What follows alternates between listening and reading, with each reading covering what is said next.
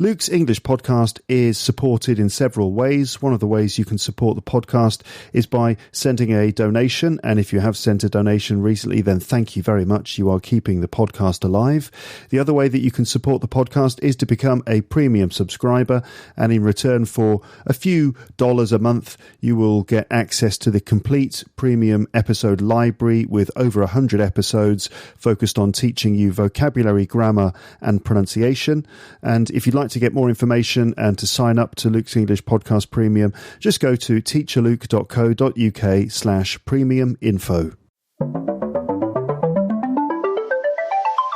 You're listening to Luke's English Podcast. For more information, visit teacherluke.co.uk. Hello, listeners, and welcome to this brand new episode of Luke's English Podcast. Here it is, another episode of my podcast from me to you, in which I help you try to learn this wonderful language that we call English. And I am here to try to help you do it in ways that I hope you will find interesting and motivating. So, how are you doing out there in podcast land today? I hope things are pretty good, all things considered. You are now listening to the fourth in my Beatles mini-series and the second part of this double episode I'm doing about describing John Lennon using various adjectives of personality. I'm assuming here that you've heard the first part of this. Okay, so if you haven't heard the first part of this double episode, then you need to go and listen to that. It's probably the previous episode to this one. Okay? So, I'm still talking to Anthony Rotuno from the Glass Onion on John Lennon podcast. Anthony is also an English teacher with plenty of experience, so I think he is the perfect guest for this podcast series. And let's continue going through this list of adjectives we compiled, and let's see if we can use them to discuss John Lennon's life, his psychology, his personality. In the last episode, we covered adjectives from A to I. It's a sort of a rough A to Z. And we did A to I last time, so let's do the rest of the alphabet, which is J to Z. Z, we call it in British English. Z, they call it in American English. So, we might skip a few letters here and there, but I'm sure that you'll forgive us, won't you? Yeah, you don't mind. So, just before we continue, let me read out the list of adjectives. Like last time, we don't go into full detail about all of these, but have a listen and consider these things. So consider whether you know these words, whether you don't know them, whether you use them and whether you don't, and also what's the word stress for these adjectives? How many syllables are there and which syllables are the stressed ones? It can also be useful to consider what the noun or verb forms of these adjectives are if they have them, and sometimes you'll hear us sort of using the different forms of these words in these word families as well. But anyway, pay attention to the adjectives. Do you know them? And what's the word stress in these adjectives? Okay, I'm just going to go through the list now. So here we go. So we've got jealous, jittery, knackered, kind-hearted, lovable, misunderstood, multifaceted, narcissistic, nasty, nervous, no-nonsense, open, original, paranoid, progressive, questioning, quick-witted, reclusive, restless, revered, sensitive, sensible, sentimental, superstitious, talented, tragic, traumatized, troubled, uncompromising, unconventional, violent, warm-hearted, well-read, wise, witty, xenophobic, and this is actually the only adjective I could think of that begins with an X. It's like X, xylophone, X-ray, xenophobic, or not xenophobic as the case may be. And then yellow or even yellow-bellied, and youthful. And then finally, in the Z section, we've got zealous and zen. Also in the mix, not in the J to Z not in the J to Z section, but also in the mix, you'll hear adjectives like childish and childlike. And we also cover a few common false friends in this episode. So listen out for those. And we've got false friends like the word embarrassed, which is a false friend in some languages, suburbs and slums, sensitive and sensible, and I think some others which I didn't note down. So that entire list, by the way, is available for you to see on the page for this episode on my website. The link for that is in the description for this episode. Now, I read that list of adjectives pretty quickly. if you didn't catch the word stress, or in fact you feel you need to explore these words more slowly, you can always just check the word list on the website page. And by the way, if you do that, you'll see that I've marked the word stress, like how many syllables are in each word and which syllable is stressed. I've marked that with little symbols next to each word in the list. But anyway, you can always check the word list on the website page and then just copy, paste those words into an online dictionary where you'll see phonemic transcriptions of the words so that you'll know how they are pronounced, including word stress.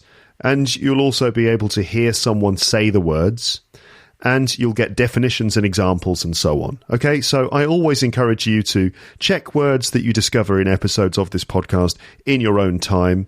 And I refer you back to episode 720 for more information about how to do that, how to use online dictionaries. All right, so without any further ado, let's jump back into my conversation with Anthony about John Lennon. And here we go.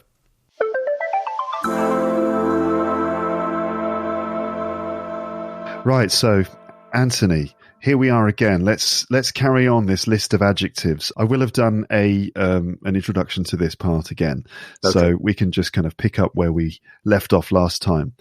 So we've got adjectives going from J to, well, I mean, you know, I wanted to do like an A to Z, but some of those letters, it's hard to find adjectives for them, like X and Z as well. I wonder if John Lennon was X-ray phobic when he went to the airport. I suppose they didn't have No, they probably didn't have those machines at the airport. So yeah, I don't know. Whenever you do an A to Z thing, it's certain letters are always difficult ones, and X, it's always like X-ray or xylophone, and Z is always zebra or zoo. So I don't know how we're going to fit zebra or zoo into this, but I'm sure we'll find a way. Well, I think the Z ones are looking good, actually. Looking at the Google Doc here, anyway. Yeah, we've got a couple of good Z ones in there, so we'll come on to those in due course. Right, so let's kind of keep this snappy if we can. Okay. And we're going to start with the word jealous, which is quite an appropriate one for John because he did write that famous song, Jealous Guy. He certainly did, yep. Was he a jealous guy, do you think? I think this is one of the things he was quite upfront about, yes. He was unlike a lot of celebrities in that a lot of them tried to hide the dark stuff. And he almost went the opposite way. He almost played up the dark stuff a bit too much. But I think we mentioned Primal Therapy before, and I think that was part of that. Yeah, it was good for him to get out all the demons. So I'm sure he was jealous. I think he was quite jealous of Paul McCartney, but then that's another touchy subject among Beatles podcasters. But yeah, in a word, yes. And he did write a song about it, as you said. So I would say yes. Yeah, I guess in relationships, his first wife, Cynthia, there were, I think, some moments when, for example, she was dancing with other people and he kind of flew off the handle or reacted really badly. We won't go into the details of the fights that they had and stuff, but I think she described him as being a jealous person. So, yeah, there he is. He was a jealous guy. There's a link with Insecure, of course, which I think we've already talked about. Definitely a link there. Yeah. Okay, the next J word is jittery, which is unlike jealous, which I think most people will know. Jittery is an adjective that people might not have heard before. So how do you describe, what does jittery mean? Jittery is perhaps when you're a bit on edge, where perhaps you're a bit anxious, nervous, that kind of thing. Yeah, feeling nervous, behaving nervously. And if someone's jittery, it sort of manifests itself in certain bits of physical behavior. Like a jittery person might be quite jumpy. They might be easily surprised by noises or, oh, what's that? Or sort of fiddling and fidgeting with their fingers because they're feeling uncomfortable or nervous. So jittery. Yeah. Yeah, and to have the jitters, I guess, is to be nervous. Maybe when you're about to go on stage. I mean, that would be a very good example, wouldn't it? Yeah, definitely, yeah. John Lennon did have these kind of almost like spasmodic movements. He was a bit like that, yeah, so I'd go along. And again, I don't want to keep going on about drugs, but you have to factor that in, let's be honest. That's going to add to that a little bit. I think I've heard you on your podcast talking about sort of the later years of John Lennon when, according to the official story, he was living in domestic bliss and all that stuff. But you spoke to like one of John's son's childhood friends and other people who knew him at the time. Like, it's amazing that you've spoken to these people who have. I mean, that's really good, like really good work. Yeah, that you spoke to people who directly knew him and spent time with him. And I think some of those people described him as being quite a nervous and jittery character. Yeah, well, Caitlin, who is the lady who's Sean Lennon's playmate, she said he had tons of energy. And I said, would you say a lot of it was nervous? And she said, definitely. So it's that thing. I've just done a podcast about emotional intelligence where we were talking about how people who have a high stress level, one of their justifications is that it gives them energy. And it probably is true. You know, if you run on stress, you do have high levels of energy, but then unfortunately you get the crash at some point. You know, the party can't last forever. But yes, I think a lot of nervous energy. So I feel jittery if I drink too much coffee. Yeah, that's a good point. I mean, we use coffee as an example of a drug that in the morning I might, if I feel I want to, I might have like a nice large coffee, and you get the kind of the high of being up on the caffeine where you're able to focus and you kind of get energy and it feels good. And then after a couple of hours, if I've got an empty stomach, I'll start to feel a bit jittery and uncomfortable and not very happy. So it's kind of like that. Yeah. I think John drank a lot of coffee as well. I think. Oh, I think definitely in the later years, coffee and cigarettes. He used to smoke these really, really strong called Gitan, these French cigarettes, which apparently it's almost like inhaling a cigar smoke. They're that strong. It's oh my God, gross. He was tough. Yeah, yeah. That's why people always ask me what would he have done, and I always say, well, I'd like to think he would have lived to 80, but don't know. I'm skeptical. As we were saying earlier, heavy smokers. Yes, absolutely. Okay, the next word on the list is knackered, which is one of those kind of British slang words. I don't think they use it in America, but knackered, and it does begin with a K. I've talked about this word before on this podcast, but knackered, Knackered. By the way, listeners, and I probably will say this in the introduction, if you want to see these words written, because we're not spelling them all as we go through this, if you want to see these words written down, to check the spelling, then you need to go to the page for this episode on my website. And you know where to find that, I think. So knackered just means exhausted, like really tired. Do you reckon there were times when he was completely exhausted? Probably sort of short term, but also in terms of artistically, do you think he was ever burnt out? Yeah, that's a little bit of that's something I've talked about on the show, like, again, talking about what he may have done had he been around longer. I'm not sure his musical palette, perhaps in terms of, chords and melodies, was certainly not as wide as Paul's. And there definitely were times. I mean, again, one of the misconceptions, one of the myths that's been well smashed is that in the 5 years, 75 to 80, he wasn't making any music. He was making music a lot. But perhaps he was combining songs, which he did quite a lot. He'd write a bit of a song and then he'd often combine it with another bit of a song. So I think he was burned out in that regard. But when I think of knackered, I mean, thanks to Mr. Lewison, Mark Lewison, and books like The Complete Beatles Chronicle, we know just how much they worked. And yes, I mean, these tours, you could feel knackered just reading about them. You don't have to even go on them. And, if you think about it, the sort of treadmill of touring. I mean, the Beatles on the 64 tour, just to give an example, I don't remember the exact numbers, but it's something like it's 30-odd cities in 30-odd days. So, people used to say, oh, it must be great to see all these places. And they're like, we don't see anywhere. We just see hotel rooms and concert halls. And, and Cynthia in her book said that often when he'd come home, he would sleep for 3 days, So I think, emotionally knackered as well, and yeah.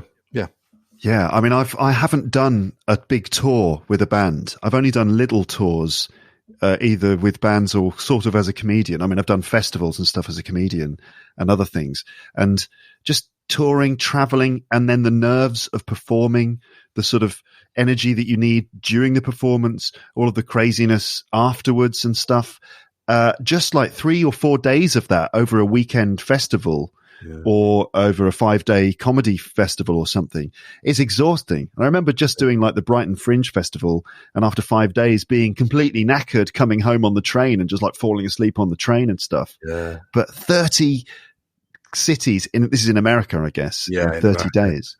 Yeah. Yeah. And then all that driving, like making all, being in the back of the van the whole time. Yeah. And amazing. all the press as well. And they were even writing songs on tour. I mean, it was just an incredible. I think George Martin called it, is it a 2-ring or a 3-ring circus? I've forgotten. One of those two. Like something that just like it never let up. It was like a traveling circus almost, where you're just you're just going from place to place continuously. And it's like, oh, can we have a day off? And like, no, you've got to meet the president of the Philippines. You probably know that story, right? Yeah. Oh, yeah, there's that. No, I want to stay in bed. Yeah, the one time when they basically said no, when they went to the Philippines, yeah. And I mean, we can't tell the whole story, but essentially, like, there was a bit of a misunderstanding. Imelda Marcos of the Philippines thought that they were going to thought that she was going to meet the Beatles, or that they were coming to meet her, and it was a big event. And and they didn't turn up because they were still in bed. They refused to come because they hadn't been told about it. And it was a huge scandal in the Philippines. And they basically had to leave in a big hurry. Must have been scary. Like it's essentially like the whole country turned against them. Yeah. As a result of this, because basically Imelda Marcos, she lost a lot of face. She was embarrassed in front of all her people and shunned or scorned by the Beatles. And so the media went into overdrive against them, and they had to get out really quickly. I think they were scared that they would be killed or something. I think they were in fear of their lives. And just off mic before we started recording, we were talking about the power of the media. When they go after someone, the corporate media, they can turn millions against you. Yeah, John and one of the roadies famously hid behind some nuns when they were being pursued by all kinds of people in the streets trying to get to their plane. So yeah, very, very tough. But the Beatles are fed up of having to meet all these dignitaries. A good expression is the eye of the hurricane, because apparently a hurricane is very calm right in the middle. So when they were in their hotel rooms, when it was just the four of them and maybe a couple of Liverpool friends, they could be calm. But as soon as they went out the door, then they're just in this just madness. Just hotels surrounded by fans screaming their names, fans trying to get into the hotel, like trying to smuggle themselves into the hotel in suitcases, in boxes, trying to climb up drain pipes, fire escapes, trying to get in, like just absolute madness. Well, she came in through the bathroom window from Abbey Road is apparently about that. Again, maybe about something else as well, but that's one of the stories. There's lots of stories regarding some of the songs. Yeah. Like that some young lady climbed up or something and tried to get in through the bathroom window to their hotel. Yeah. Yeah. They would write songs about anything. It was great. Yeah, absolutely. That was really good. Yeah, I suppose it must have been if you just sort of go to the bathroom, if you're Paul, I'm just going to go to the bathroom, and you go in, and there's a girl in the bathroom, like it would be pretty weird to discover this girl and to maybe talk to her. And if she was so starstruck, it would be a strange little human interaction with this person who was maybe unable to talk to you. Well, I was going to say, yeah, for your listeners, yeah, if you want a great film about the problems of fame, Woody Allen's Stardust Memories, fantastic film. Because I won't go into it now because we've got to get on, but yeah, it's just got people. The camera is from his perspective. He plays a famous guy, pretty much almost playing himself. And you see, like, he's got the camera view is his view, and it's just people coming at him the whole time. Oh, will you read my script? Oh, I love your film. Will you do this? Will you do that?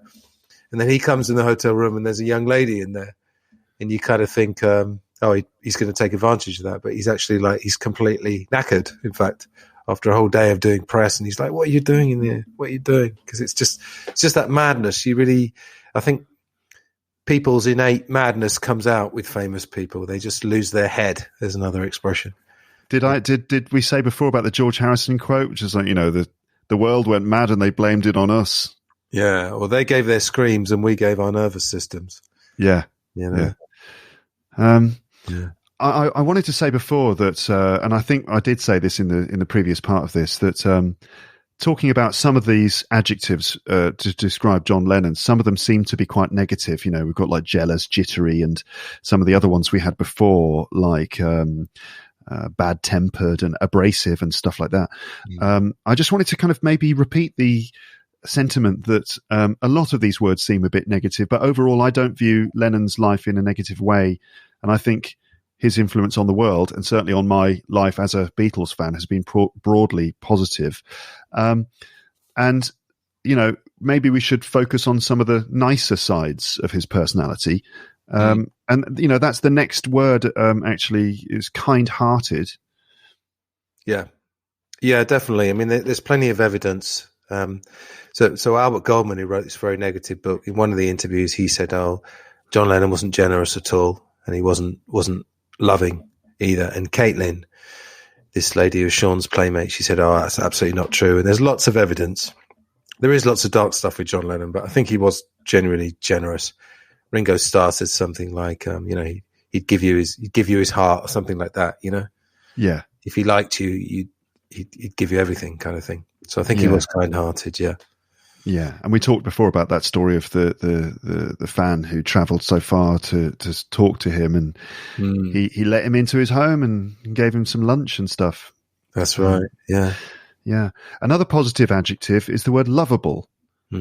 And, well, what can we say about the word lovable? What have some of his friends, or maybe his friends from the Liverpool days, said about him, that he had a lovable side?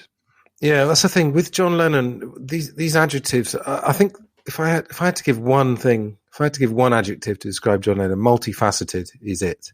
So what we're talking about really is different sides of this guy, And I think his friends in Liverpool would probably say that he was very cutting and all the other things we've said, but then you would get this other side that would almost rescue it. If they suddenly decided, that John Lennon's a bit rough, then he'd just do something that was so nice. And I don't know if I'd have any specific examples. It was just a general personality trait that, he would just, because he was quite honest. He would. I mean, there are testimony from fans, for example. There were some young lady fans who he just had a totally platonic relationships with, and often if they were younger than him, he had a nurturing side as well, which apparently came out. So he was one of those people that was he wanted to pass on his wisdom to younger people. So that's one thing. So that's quite a lovable trait, Yeah, absolutely. I mean, if you just watch, I don't know, like one of my favorite films is A Hard Day's Night, and it's obviously scripted and stuff, but I think it captures something of their spirit. And the scene with John Lennon, they all have their own little scenes, I guess, except Paul's one was cut out because it was crap, apparently. But they all have their own little scenes. And the one with John is that he's sort of like, he ends up talking to this woman in the stairs, and they have like this odd conversation where they seem to be talking at cross purposes. Yeah. Like she's talking about a person, and he doesn't know what she's talking about, but he carries on the conversation anyway, sort of thing. Yeah. It's a bit odd, but it just something quite sweet in him in that scene. He's just so sweet and lovable. He's not being mean or nasty or anything, and as he often wasn't. He wasn't like that all the time. He's just sort of the way he talks to her and interacts with her, and I don't know.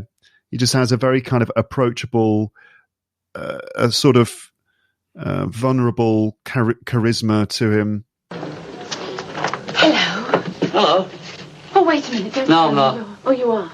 I'm not. Oh, you are. I know you are. I'm not, no. You look just like him. Do I? You're the first one that said that ever. Yes, you do, look. No, my eyes are lighter. All right, Noddy. Oh, My nose. Yes, your nose is very. Is it? Well, I would have said so. Oh, you know him better, though. I do not. He's only a casual acquaintance. That's what you say.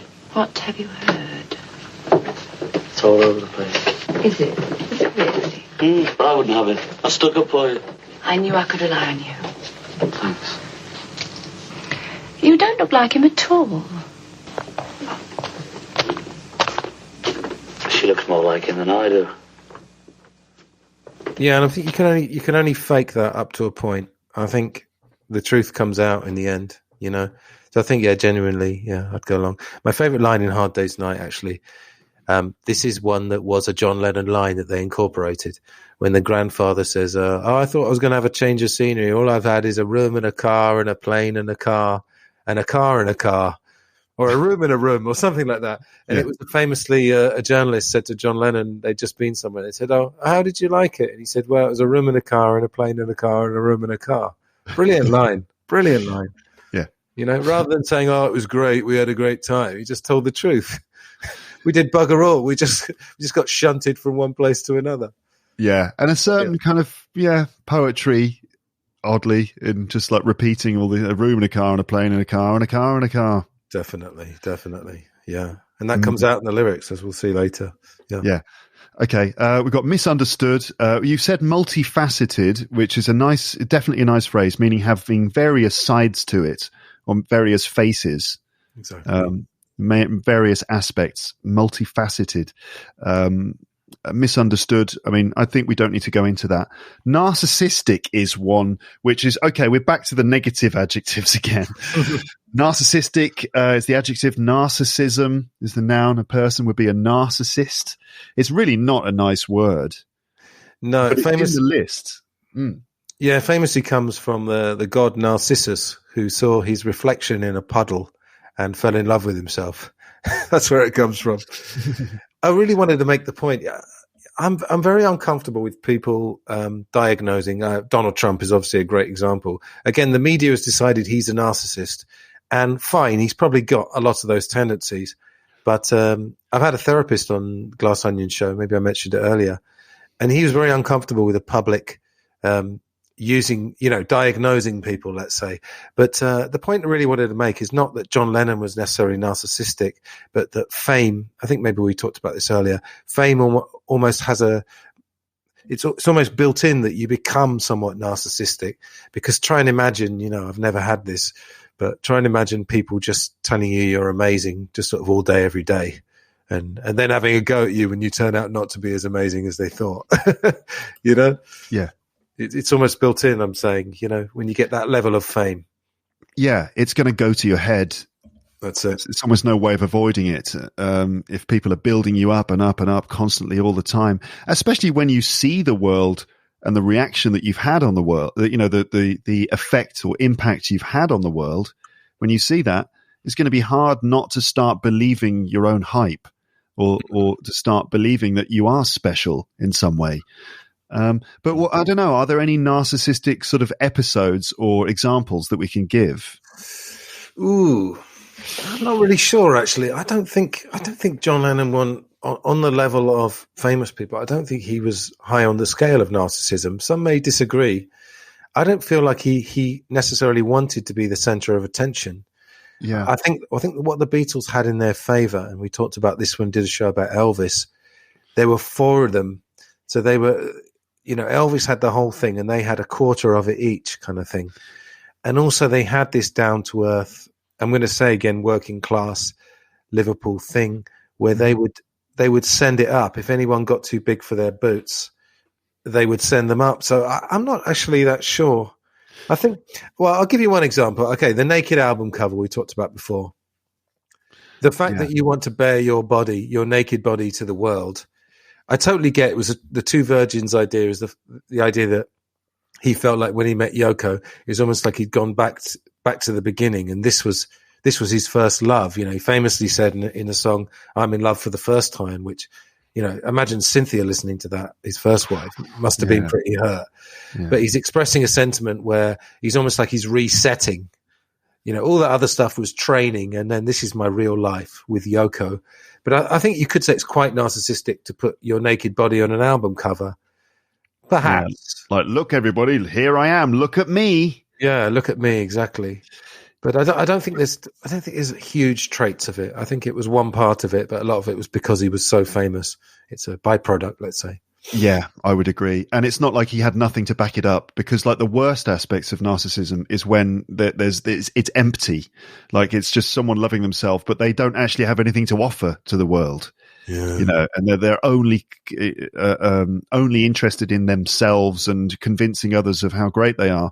But John didn't need to do that. Like everyone else was doing that for him. Everyone else was telling him how wonderful he was.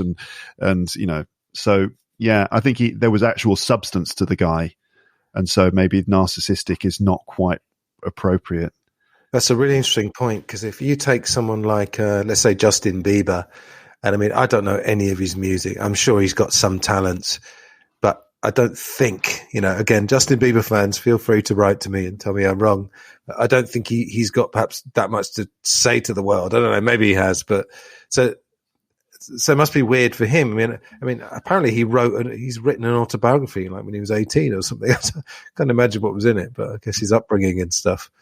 But it must be weird for someone like him. I don't know if he ever reflects and think, am I really as amazing as people think? Yeah, it's hard to tell. I don't get the impression that he does, but then I don't follow him on Instagram and stuff. So I'm not like, checking out all the videos and things he makes. But I don't get the impression he is kind of saying some deep things. Yeah. Maybe he's just sharing selfies of him, he's just sharing selfies. And, like Instagram is quite a narcissistic platform, isn't it?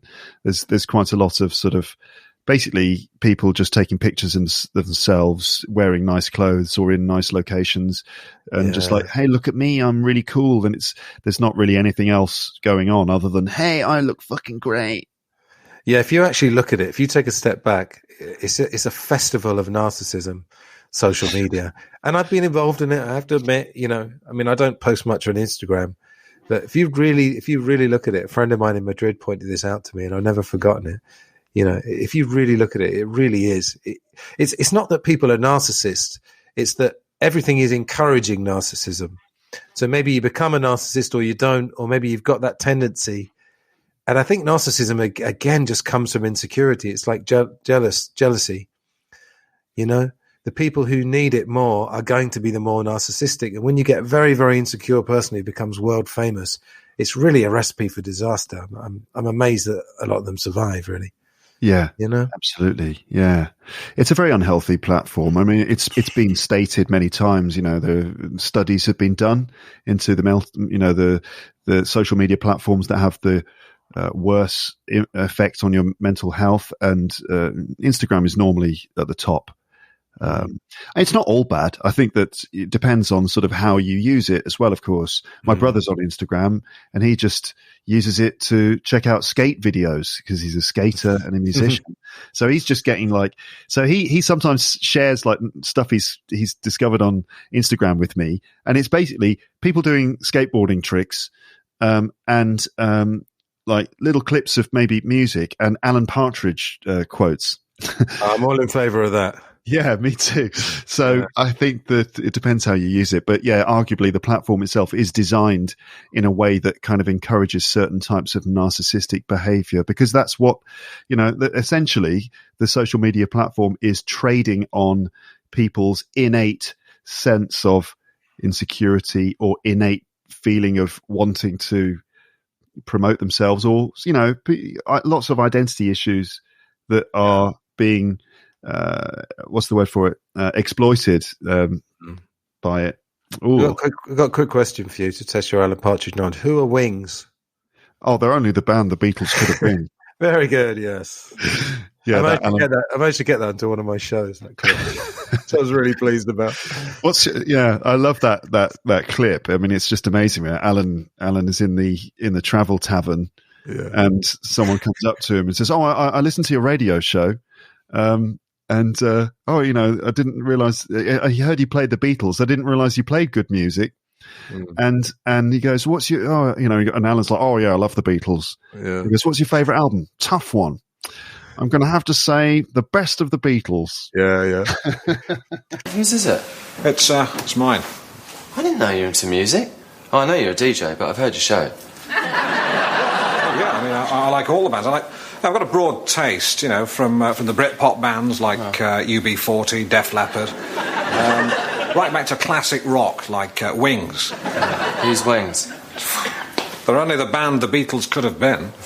Well, I love the Beatles. Yeah, so do I. What's your favourite Beatles album, then? Tough one. I think I'd have to say The Best of the Beatles. Go on. Yeah, cheers. I did post that once, and I said, unfortunately, Beatles podcasters, all our arguments, all our debates are defunct. Alan has answered the question. And, The best of the Beatles. it's brilliant, yeah. And he's so serious about it. Tough one. Yeah, and you're thinking, what's he going to say? The White Album, Revolver, you know, Abbey Road. The best of the Beatles, which is not even an official album release. They just put some chewing gum. Well, I think I'd have to say the best of the Beatles. Yeah. Oh, God bless her. Okay, let's move on. So we've got... We're doing very well at moving quickly, I must say. I'm not sure about that. So, okay, we got other words like open. Now, everyone knows what open means, like open-minded, I suppose, and also open to new ideas. Paranoid. I think we have mentioned this. We don't need to go into it in detail. Paranoid. Yeah, I think that's, as you said, after taking drugs and things like that, and the crazy level of fame that he achieved, he was probably quite paranoid, like worried about people, you know, and their intentions and stuff. Justifiably paranoid, I'd say. Absolutely justifiably paranoid. But it's interesting that, you know, we talked about him being generous and stuff, and being generous with fans, and he being paranoid and being concerned. Like I understand he had premonitions of his own death. Yeah, very interesting. Even in the sort of mainstream, there's a fantastic documentary called Imagine from 1988. There's lots of films called Imagine, so you have to find the right one.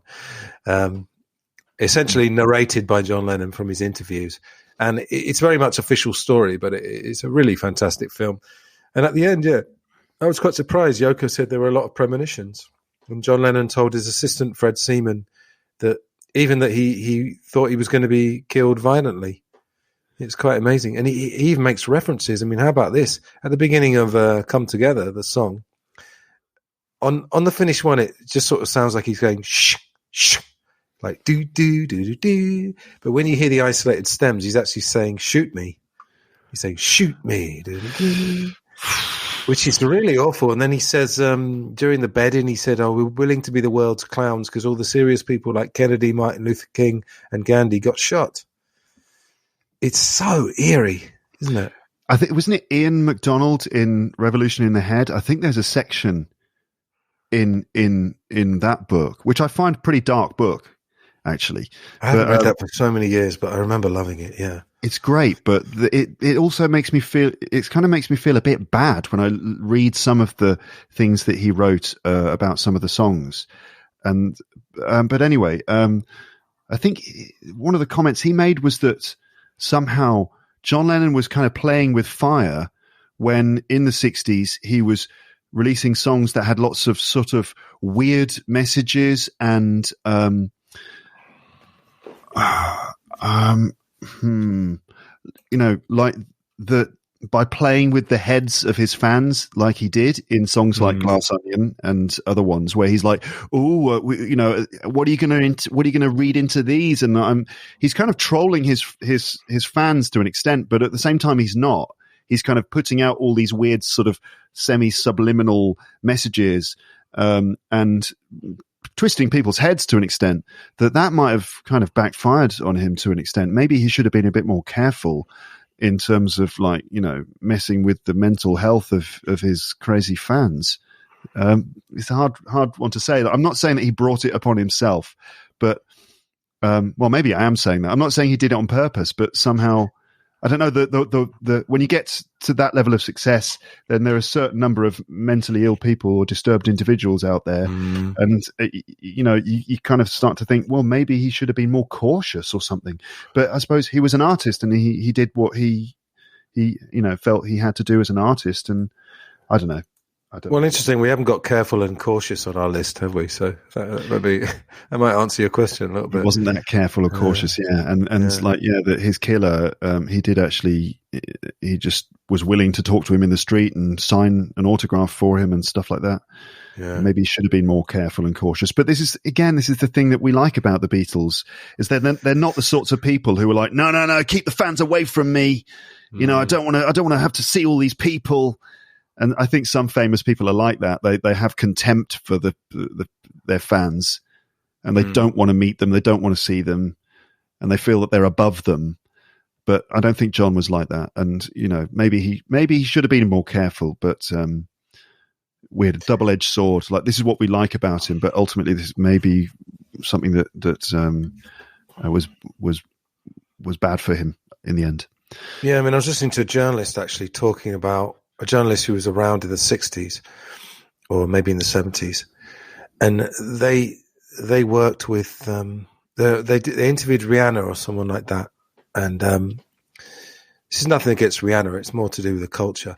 And they said, like, the rules that were imposed, you can only have X amount of minutes, you're not allowed to talk about this, you're not allowed to talk about that. They were kept away from Rihanna until the interview started. It was all just massively controlled. And they said, you know, with the Beatles, obviously it was controlled a bit, but it was almost like amateur hour, you know, in terms of the organization. I mean, you know, their road crew was like 8 people, and they were like the most famous band in the world. It's charmingly naive in a way, isn't it? You know? Yeah. It's they didn't really have any bodyguards except Mal Evans, who was like this big, you know, friendly giant. Yeah. Yeah, they didn't have any security. It's just mad, isn't it? It's absolutely crazy. But you're right. What you said about John Lennon, yeah, in a way, yeah, I don't want to be too dark, but I kind of agree with you. He almost did sign his own death warrant, but because he wanted to be true to himself, right? He didn't want to live a fake life. And I think that maybe that's one of the things that people admire about him, because, you know, I'll argue, and I've argued on the show, that a lot of John Lennon's appeal has sort of come down to this post-1980 propaganda. You know, it's like a machine of John Lennon, the peacenik. But I think a lot of it is authentic.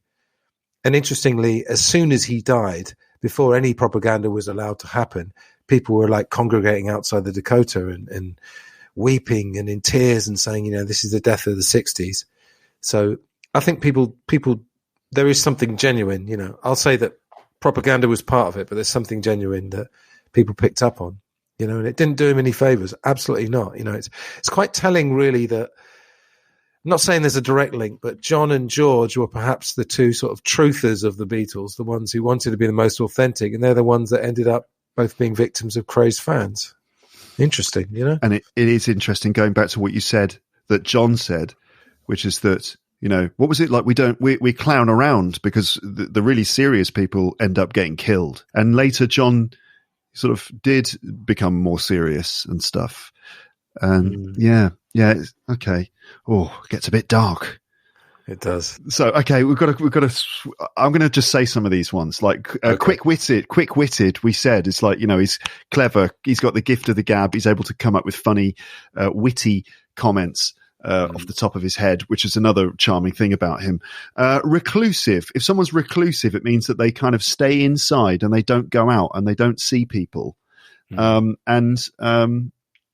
okay. I feel like we're going to talk about that one. Go on. Well, no, all I'm going to say, as we've already mentioned, this period, 1975 to 80, is the most contentious. And one version has him sort of traveling all the time, being very open, devoted to his son. And the other one, the other extreme, has him sort of very reclusive. And Caitlin, this lady who's on my show, said he did spend a lot of time in his room. And he would tend to play with Sean and her and be very enthusiastic for 5 or 10 minutes, and then sort of get bored and then go back to his room and not be seen again for a few hours. So, but again, maybe it's a symptom of the fame as well. You know, when you've given that much to people, to the public, then you deserve to have some time to yourself. And Elvis ended up the same way, you know, spent a lot of time in his room in the end, you know? Yeah. That's all. But I mean, so do I. I spend almost all So do day I.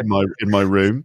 You know, it's weird. Like, we judge people like John differently. If he just spends a day in his room watching TV, he's a recluse.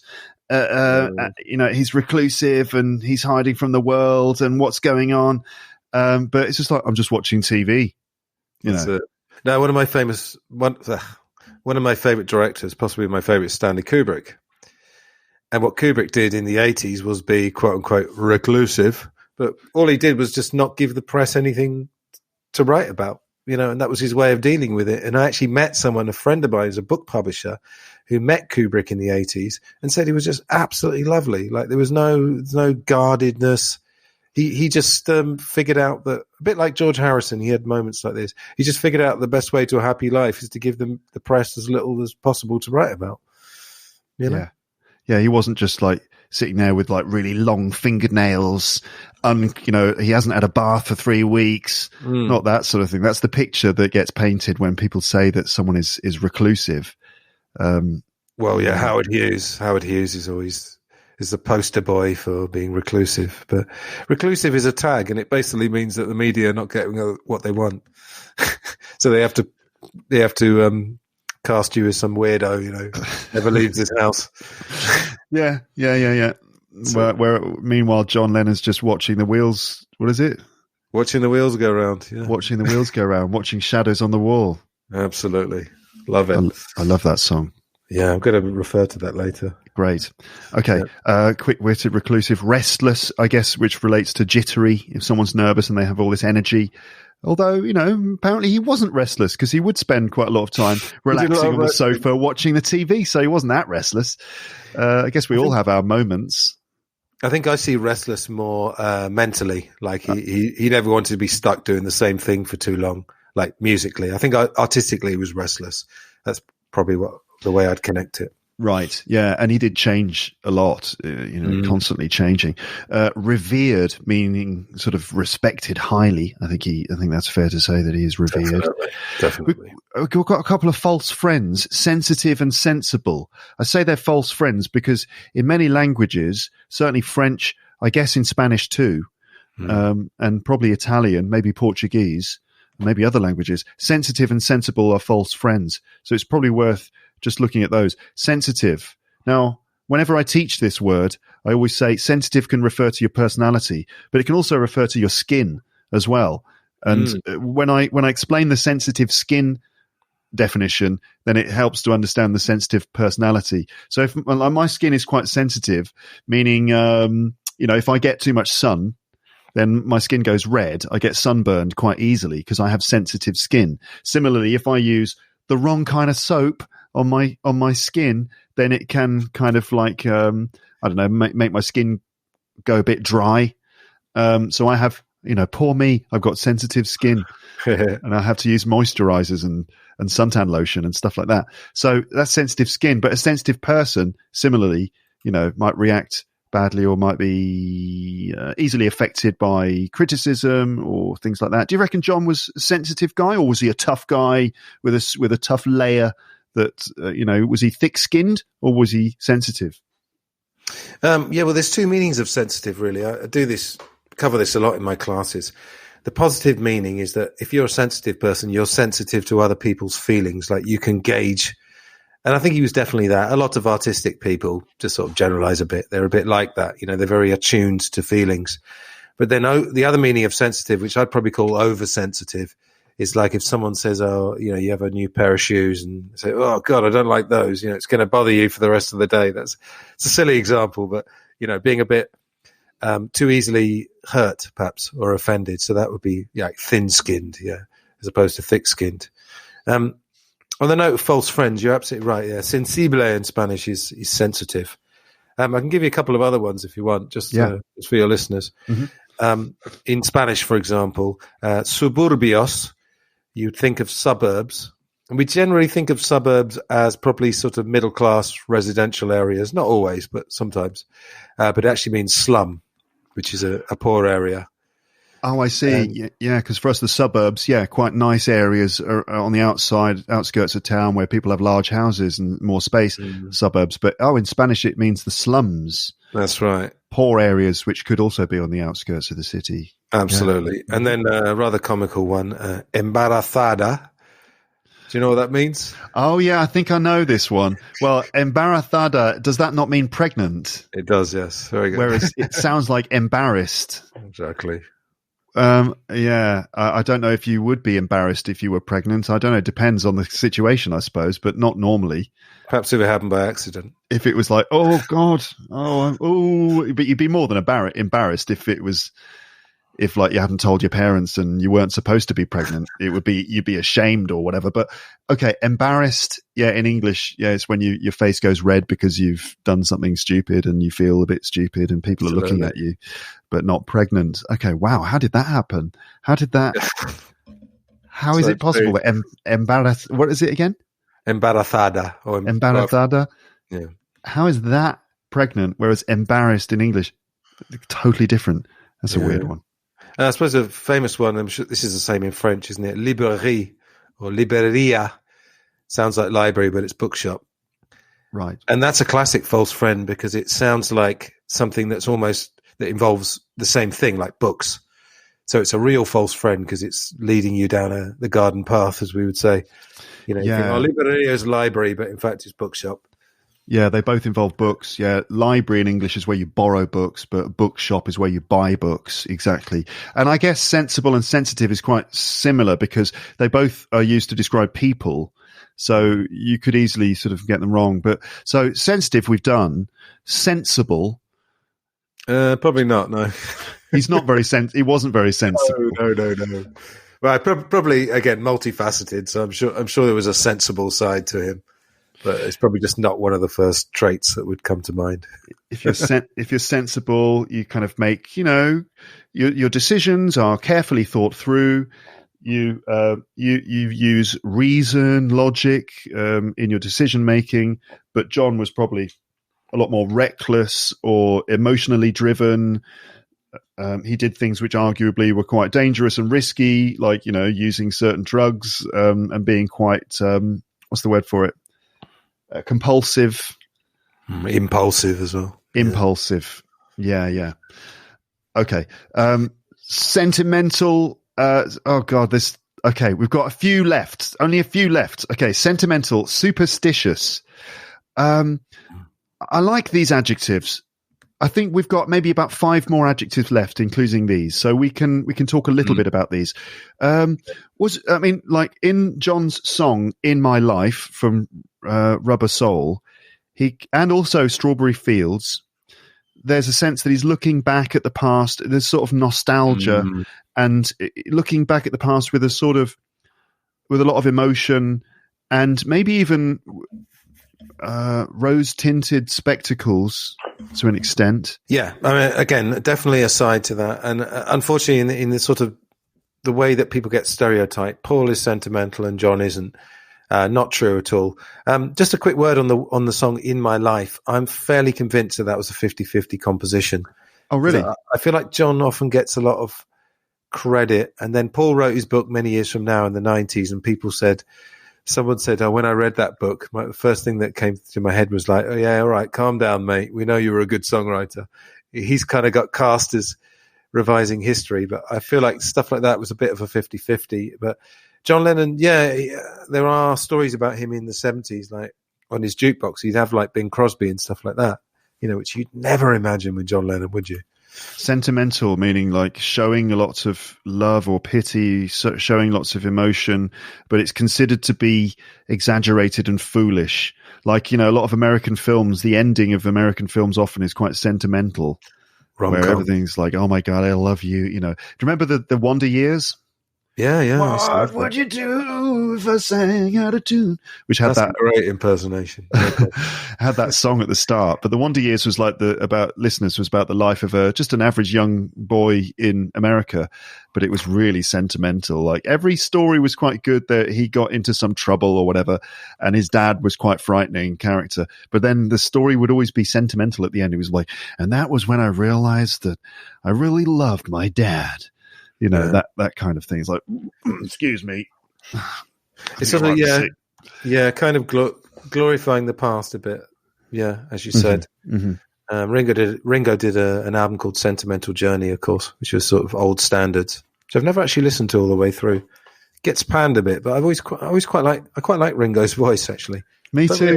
Don't really like his songs much, his solo albums, but I do like his voice. Yeah. Sentimental, superstitious. very superstitious. Yeah. Was he quite superstitious? I'm not sure. He had this thing about the number 9. Number so he had 9?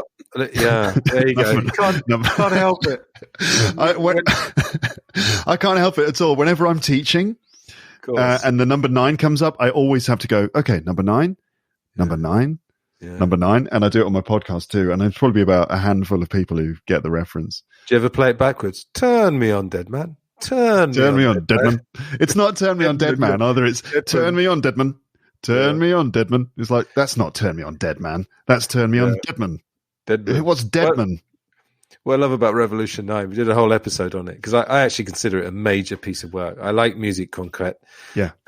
Is the conversation at the beginning where he says, Alistair Taylor says to George Martin, I've got your claret for you if you'd realise. I'm sorry, George. George Martin, we'll do it next time. Will you forgive me? And George Martin says, yes. Sound like that's in the record. I've never heard that, I think. That's the very beginning, the very first thing you hear just before the number 9. Yeah, Revolution 9 is amazing. I want to hear the 5.1 mix because apparently it's scary. It's the stuff of nightmares. Yeah. Oh, it is scary and amazing. I love it. I mean, I love, like that kind of music, and I like the Orb. Yeah, of course. Right. Little fluffy cows. Which, it's kind of a similar thing that you can listen to the Orb, and there's like, it's very weird, and there are lots of samples of speech in there and other odd things. There's like space journeys, and you hear I love that stuff. And Revolution 9 for me is like that kind of thing. It's just like ambient music, like crazy ambient music. Well, if you like that sort of moon science fiction-y sort of thing, then Jimi Hendrix, interestingly, had that side to him. What's that song? Is it called, what's the song that's like 15 minutes or something? 1983, A Merman I Shall Be, or something like that? That's it, 1983, yeah. But there's some other stuff. There's a couple of other ones as well, on Axis Boulder's Love, I think. Yeah, there's the beginning of Axis Boulder's Love, which is like a radio show. Good evening, ladies and gentlemen. Welcome to radio station EXP. Tonight we feature an interview with a very, very odd-looking gentleman who goes by the name of Mr. What is it? Oh, I can't remember. Paul Caruso. That's it, yeah. On the dodgy subject of are there or are there not UFOs? And then Jimi Hendrix, comes in and goes, excuse me, I must be on my way. And then the sounds of like feedback on guitars and things. And he does, with his guitar, he makes the sound of a UFO taking off. It's like, whoa, that's brilliant. That's it. Here's a bit of, if you're a Hendrix fan, here's some great trivia. You know the song Third Stone from the Sun? Yeah. He goes, do you know this? I know what you're going to say. Go on, tell me. Go on, right said Fred? No, something because they ripped it off. They ripped it off. Have you not noticed? You know their song "I'm Too Sexy"? I'm too sexy for this shirt. The I guess the chorus section or bridge section or something is the melody from Third Stone from the Sun. Oh, interesting. No, I got something else. I went to see a Jimi Hendrix tribute band when I was very young, 18 or 19. And they said that we think Jimmy might have been watching Coronation Street in the 60s. Oh, yeah.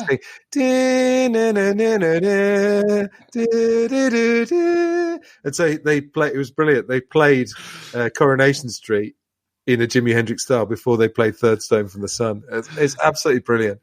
Of course, the song Fire, sorry for going on tangents. But it's all right. Fire comes from Noel Redding's mum. Noel Redding was a bass player. She used to love Jimmy. She thought he was really nice, and she used to worry about him, be very protective. She said, what that boy needs is a mother, And one night they were very cold, and Jimi Hendrix said, can I stand next to your fire? Let me stand next to your fire. Let me stand next to your fire. Yeah. He sort of turned it into something quite sexy, but it's very, very innocuous origins. Yeah, it was actually, I'm kind of cold. Can I stand next to your fire? Yeah. Let me stand next to your fire. Yeah. To a middle-aged lady, not to a sexy woman. In some front room in England on like a cold February morning, evening or something. Exactly. While watching Coronation Street. Can I watch Coronation Street in front of your fire? I'm going to compose 2 songs. That's great. I'm so glad that Jimi Hendrix spent that time in England. Yeah. Okay, but superstitious. I mean, didn't he sort of do tarot card readings and stuff like that?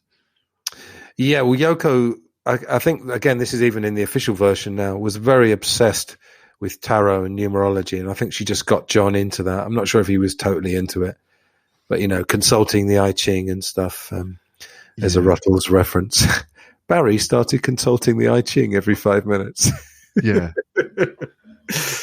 Oh, God. I'm going to mention the Ruttles later. That just makes me Please laugh. do. Talented. Okay, I'm moving through the adjectives again. Talented, yes. Traumatized. I think we talked about it. Obviously the death of certain key people in his life probably gave him trauma. Well-read. This is going to be the last one. I mean, I'm going to mention the X adjectives and the Z adjectives too. I will do them. But well-read. We have said this before. If someone is well-read, it means that they've read a lot of books, and he was incredibly well-read.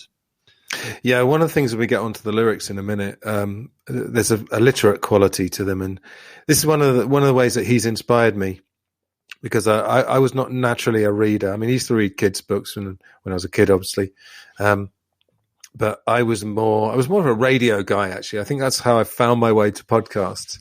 Obviously, I used to watch a lot of TV like any kids, but I was always very drawn to the radio, the sort of mystery of it.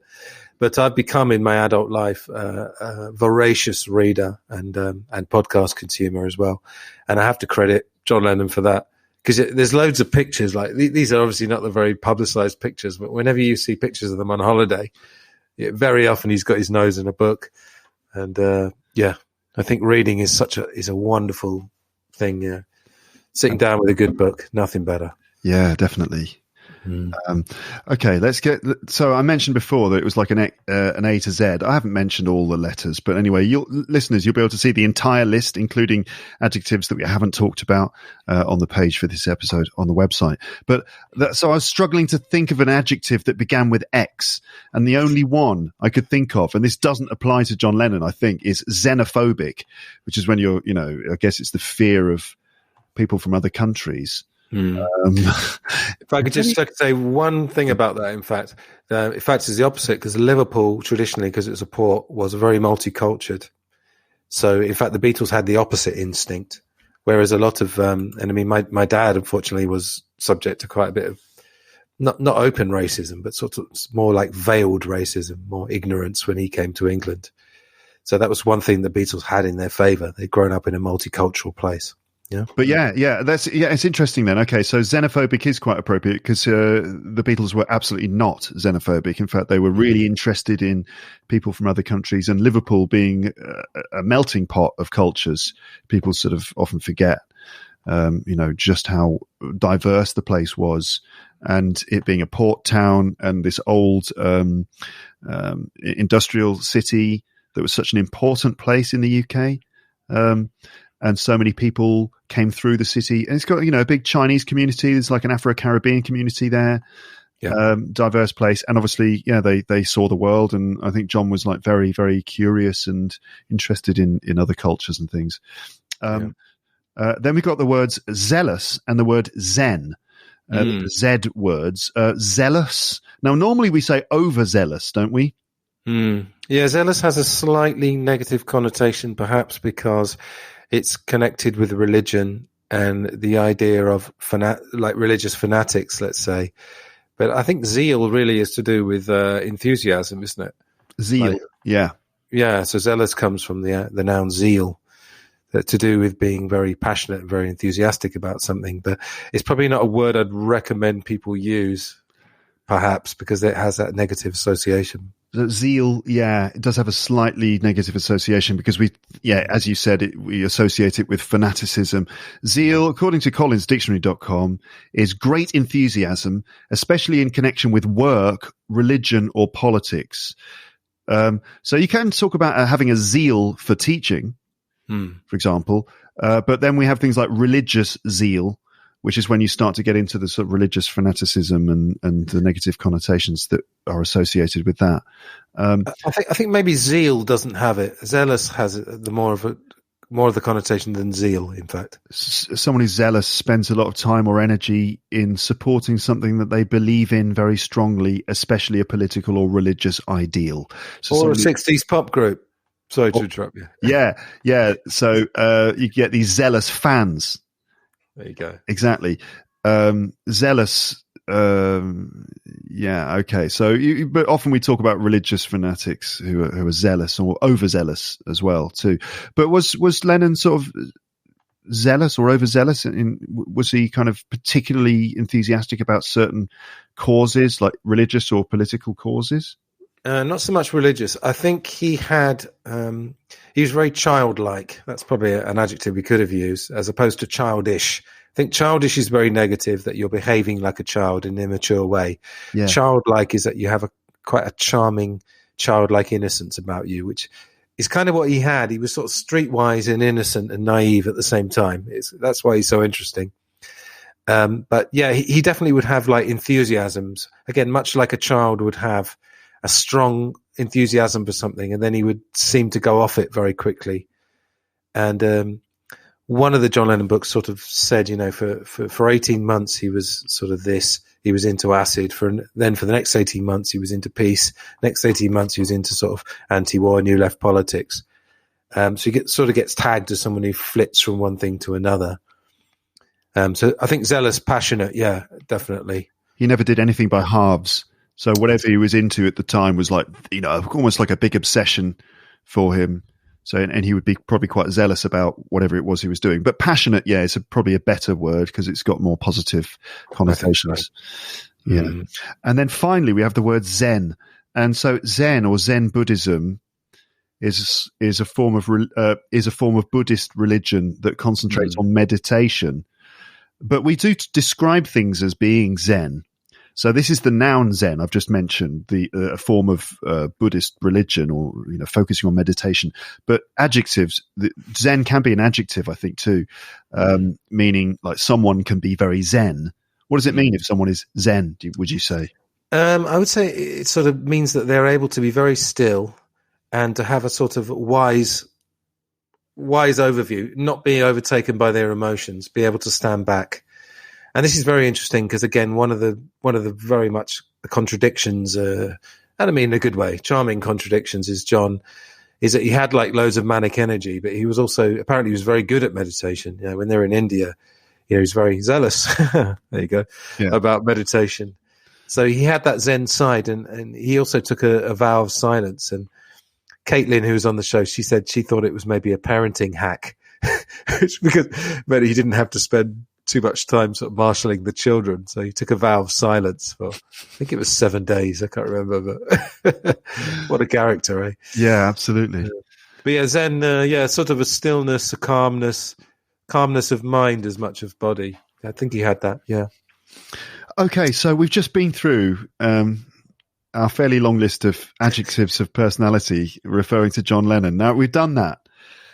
And so we've got one more thing to do, which is to finally talk about the music and the lyrics.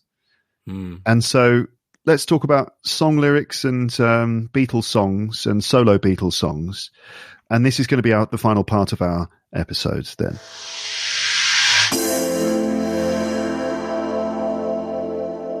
So there you go. That's the end of our sort of A to Z of adjectives of personality and John Lennon. Thank you again to Anthony for his contribution to this episode. And let me suggest again that you check out Anthony's podcast if you'd like to hear more in-depth discussions about John Lennon. It's called Glass Onion on John Lennon, and you can get it wherever you get your podcasts. Glass Onion on John Lennon. And I must say, it is an excellent listen. Right, so that's not quite it for Beatle-themed episodes. The last in the series is with Anthony 2. That's Anthony 2, like Anthony T-O-O. That's not Anthony. There's not like two Anthonys. You got Anthony 1 and Anthony 2. No, what am I talking about? Anthony 2, the sequel. No, what am I saying? So the last in the series with Anthony is the one where we turn to look at the music. Or should I say turn to listen to the music? But no, we turn to look at the music. Look doesn't always mean literally with your eyes. It can also mean consider, right? So in the last of the series, we consider the music. And in any case, the next part of this series is all about the music and lyrics, especially the lyrics. And Anthony is going to guide us through a little exploration of words and phrases in Beatles songs, looking at nice idioms, uses of metaphor, and other features that you should find interesting from a language learning point of view. And Anthony got his guitar out for that too, so we also get treated to little snippets of songs and singing as we go. So you can look forward to the final episode in the series coming soon. It won't be the next episode, but it will be along soon.